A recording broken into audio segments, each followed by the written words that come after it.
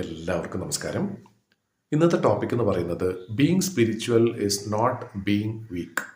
അതായത് ആത്മീയപരമായിട്ടുള്ള കാര്യങ്ങൾ നമ്മൾ ചെയ്യുകയാണെങ്കിൽ നമ്മൾ ബലഹീനരല്ല എന്നുള്ള കാര്യം ചിന്തിക്കുക. പലപ്പോഴും ആളുകൾ തെറ്റിദ്ധരിച്ചിരിക്കുന്ന ഒരു കാര്യം ഇതാണ്.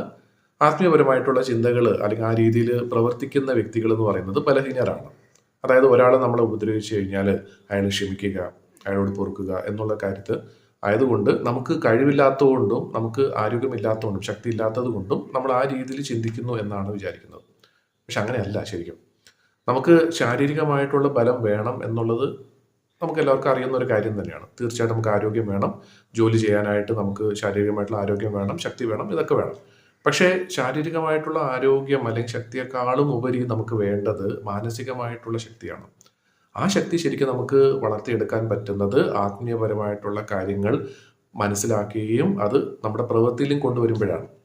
അതിന് ഏറ്റവും നല്ലൊരു ഉദാഹരണം നമുക്ക് പറയാൻ പറ്റുന്നത് നമ്മുടെ മുമ്പ് ജീവിച്ചിരുന്ന പല ഗുരുക്കന്മാർ, അല്ലെങ്കിൽ പോട്ടെ നമ്മുടെ സ്വാതന്ത്ര്യ സമര സേനാനികൾ, മഹാത്മാഗാന്ധി പോലുള്ള പല ആളുകളും ആത്മീയപരമായിട്ടുള്ള പല ചിന്തകളിലൂടെയാണ് ഇന്ത്യക്ക് സ്വാതന്ത്ര്യം വാങ്ങിച്ചു കൊടുത്തത്.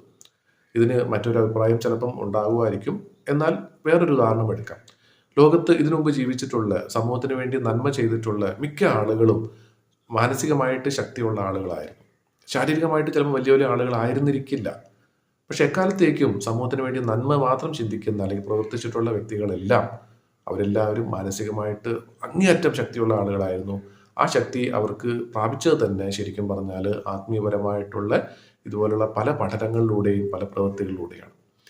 അപ്പോൾ നമുക്കും ശരിക്കും പറഞ്ഞാൽ ഈ സമൂഹത്തിന് വേണ്ടിയിട്ട്, നമുക്ക് ചുറ്റുമുള്ളവർക്ക് വേണ്ടിയിട്ട് എന്തെങ്കിലും പുതിയ കാര്യങ്ങൾ നമുക്ക് ചെയ്യണം എന്ന് ശരിക്കും നമ്മൾ ആഗ്രഹിക്കുന്നുണ്ടെങ്കിൽ ആത്മീയപരമായിട്ട് നമുക്ക് വളരണം, മാനസികപരമായിട്ട് വളരണം.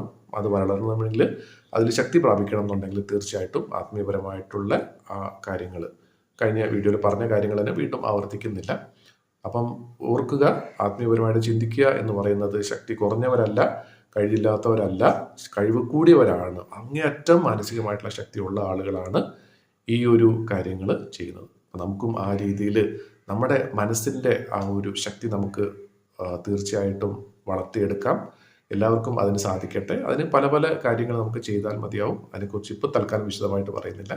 അപ്പോൾ തീർച്ചയായിട്ടും അതിനെക്കുറിച്ച് ചിന്തിക്കുക മാത്രമല്ല, ഇന്ന് തന്നെ എത്രയും വേഗം അതിന് വേണ്ട നടപടികൾ എന്തൊക്കെയാണെന്നുള്ളത് സ്വീകരിക്കുക. അപ്പം അതുവഴി നമുക്ക് ഒരുപാട് കാര്യങ്ങൾ നമുക്കും നമുക്ക് ചുറ്റുമുള്ളവർക്കും വേണ്ടി നേടിക്കൊടുക്കാൻ സാധിക്കട്ടെ എന്ന് ആശംസിക്കുന്നു.